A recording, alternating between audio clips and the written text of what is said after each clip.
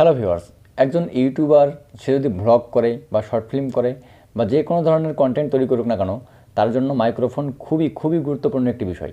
আমি মনে করি যে যদি আপনার কোনো গিয়ারের আপডেট করা লাগে, তবে সবার আগে আপনি মাইক্রোফোনের আপডেট করবেন। কারণ ভয়েস কোয়ালিটি যদি ভালো না হয়, তাহলে কিন্তু সেই ভিডিওর কোনো ভ্যালুই থাকে না। ভিউয়ার্স, ক্যামেরার ক্ষেত্রে আপনি অবশ্যই লাইটিং সেটআপটা আগে ভালো করবেন, কারণ আজকালকার যে ফোনগুলো রয়েছে সেই ফোনগুলোর ক্যামেরাও অনেক ভালো যদি সেগুলোকে যথোপযুক্ত পরিবেশে ভিডিও করা হয়। আর মাইক্রোফোনের কথা বলতে গেলে যদি ভালো পরিবেশে আপনি ভিডিও করেন, তাহলে মোটামুটি কম বাজেটের মাইক্রোফোন দিয়েও কিন্তু ভালো রেকর্ডিং করা সম্ভব। তো ভিউয়ার্স, আপনারা যারা ভ্লগ করেন বা শর্ট ফিল্ম করতে চান বা এই জাতীয় টিকটক ভিডিও বা ইউটিউবিং করতে চান, তাদেরকে কিন্তু বিভিন্ন রকম মাইক্রোফোন কিনতে হয়। তো ভিউয়ার্স, এমন একটি মাইক্রোফোন আপনাদের সামনে আজকে আমি নিয়ে এসেছি, যে মাইক্রোফোনটি দিয়ে আপনারা ভ্লগিং, শর্ট ফিল্ম, ইউটিউবিং সব ধরনের কাজই করতে পারবেন। তো ভিউয়ার্স, এই মাইক্রোফোনটির মডেল হলো বয়া বাই BM3031। এটি হলো বয়ার একটি শর্টগান মাইক্রোফোন। ভিউয়ার্স, এই মাইক্রোফোনটি আপনাদের সামনে আনবক্সিং করব এবং এই মাইক্রোফোনটির প্রাইস বর্তমানে বাংলাদেশে কত এটিও অবশ্যই ভিডিও শেষে জানিয়ে দেবো। আর তাছাড়া এই মাইক্রোফোনের মোটামুটি একটা রিভিউ দিয়ে দেবো যে ইনডোর এবং আউটডোরে শ্যুট করার জন্য এই মাইক্রোফোনটি কেমন হবে। তাছাড়া ভিউয়ার্স, এই মাইক্রোফোনটি সম্পর্কে আমি যখন জানার জন্য ইউটিউবে প্রচুর সার্চ করলাম, তখন দেখতে পেলাম যে মোটামুটি বিভিন্ন ভাষায় এই মাইক্রোফোন সম্পর্কে রিভিউ দেওয়া আছে, বাট বাংলাতে কেউ এখনও এই মাইক্রোফোন সম্পর্কে রিভিউ দেয় নাই। তো তারপর আমি ভাবলাম যে আমি বাংলায় একটি রিভিউ দিই, তাতে করে যদি কারো উপকারে আসে। তো ভিউয়ার্স, চলুন আমরা আনবক্সিং করি এটি, তারপর আমরা এই মাইক্রোফোনের একটি রিভিউ দেখব।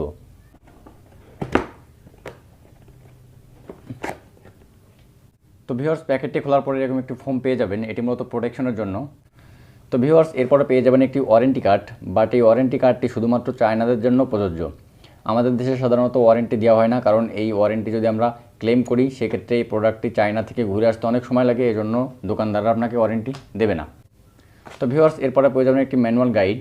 এরপরে পেয়ে যাবেন ভিউয়ার্স একটি উইন্ডশিল্ড। এটি মূলত যদি আউটডোরে আপনি শ্যুট করেন তখন কাজে আসবে নয়েজ ক্যান্সেল করার জন্য। তো ভিউয়ার্স, এরপরে আসলো কাঙ্ক্ষিত মাইক্রোফোনটি। প্যাকেটটিকে একটু সরিয়ে রাখি।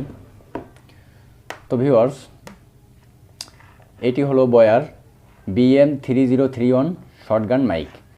ভিউয়ার্স, এই মাইকটি রয়েছে 3.5 মিলিমিটার জ্যাক। এটি মোবাইল এবং DSLR ক্যামেরা এছাড়াও পিসিতেও আপনি এই মাইক্রোফোন দিয়ে রেকর্ডিং করতে পারবেন। মোবাইলের ক্ষেত্রে অবশ্যই একটি কানেক্টর যোগ করতে হবে, কারণ এখানে থ্রি পিনের জ্যাক রয়েছে। তো আপনাকে এখানে 3 পিন × 4 পিনের যে কানেক্টর রয়েছে, এরকম একটি কানেক্টর দোকান থেকে নিয়ে তারপর মোবাইল দিয়ে রেকর্ড করতে হবে। ভিউয়ার্স, এই মাইক্রোফোনের পিছনে রয়েছে একটি ইয়ারফোন প্লাগ। এর মাধ্যমে আপনি এই মাইক্রোফোনের সরাসরি মনিটর করতে পারবেন, যে কী ধরনের রেকর্ডিং হচ্ছে সেটি আপনি এখান থেকে মনিটর করতে পারবেন। তাছাড়া ভিউয়ার্স, এখানে একটি শর্ট মাউন্ট রয়েছে। এই শর্ট মাউন্টের মাধ্যমে আপনি কি এটাকে ট্রাইপডেও অ্যাটাচ করতে পারবেন, তাছাড়া DSLR ক্যামেরাতেও আপনি অ্যাটাচ করতে পারবেন। তো ভিউয়ার্স, এখানে দুটি সুইচ রয়েছে, একটি রয়েছে অন অফের সুইচ আর একটি রয়েছে ডিবি কন্ট্রোল করার সুইচ। যেমন আপনি -10 ডিবিতেও রেকর্ড করতে পারবেন, আবার +20 ডিবিতেও রেকর্ড করতে পারবেন। ভিউয়ার্স, এখন কোন পরিবেশে কীরকম রেকর্ড করতে হয় আমি আপনাকে বলে দিই। যেমন আপনি যদি খুব নীরব একটি রুমে রেকর্ডিং করেন, যেখানে কোনো রকম বাইরের সাউন্ড আসেই না, তাহলে আপনি -10 ডিবিতে রেকর্ড করতে পারেন। সেক্ষেত্রে আপনার সাউন্ড কোয়ালিটি খুবই সুন্দর হবে এবং জাস্ট আপনি এডিটিংয়ের সময় একটু সাউন্ডটাকে বুস্ট করে দেবেন। আর আপনি যদি বাইরে আউটডোরে রেকর্ডিং করেন সেক্ষেত্রে বা ভ্লগিং করেন, সেক্ষেত্রে আপনি +20 ডিবিতে রেকর্ডিং করবেন। তাতে করে কী হবে, আপনার পরিবেশের যে সাউন্ডটা আসে সেই সাউন্ডটাও ভালো মতো ক্যাপচার করবে এবং আপনার যে ভয়েসটি, সে ভয়েসটিও খুব সুন্দরভাবে ক্যাপচার করবে। এটি একদিক থেকে রেকর্ড করে, আপনি এই দিকে যেদিকে মুখ করে রাখবেন ঠিক সেদিক থেকেই সাউন্ড ক্যাপচার করবে। তো ভিউয়ার্স, এরপর আসি এর বিল্ড কোয়ালিটি নিয়ে।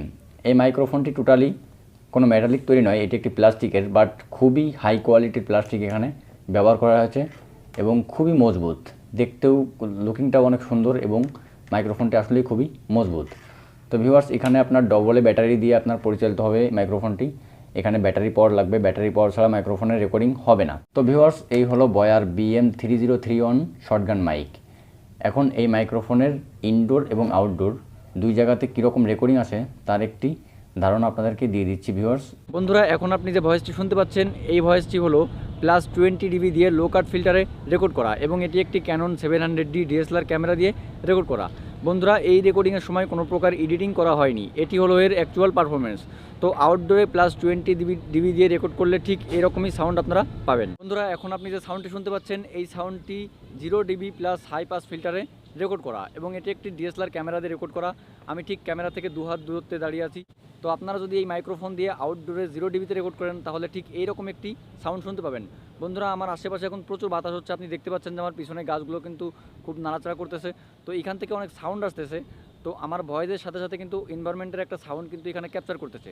তো বন্ধুরা, শর্টগান মাইকটা মূলত এরকমই, আপনার ডিরেকশনাল মাইক। এটি আমার পিছনে যত সাউন্ড আছে সব ধরনের সাউন্ডকে ক্যাপচার করবে। এখানে যে গাছের পাতাগুলো নড়তেছে, এই পাতাগুলোর সাউন্ডও আপনারা হয়তো শুনতে পাচ্ছেন।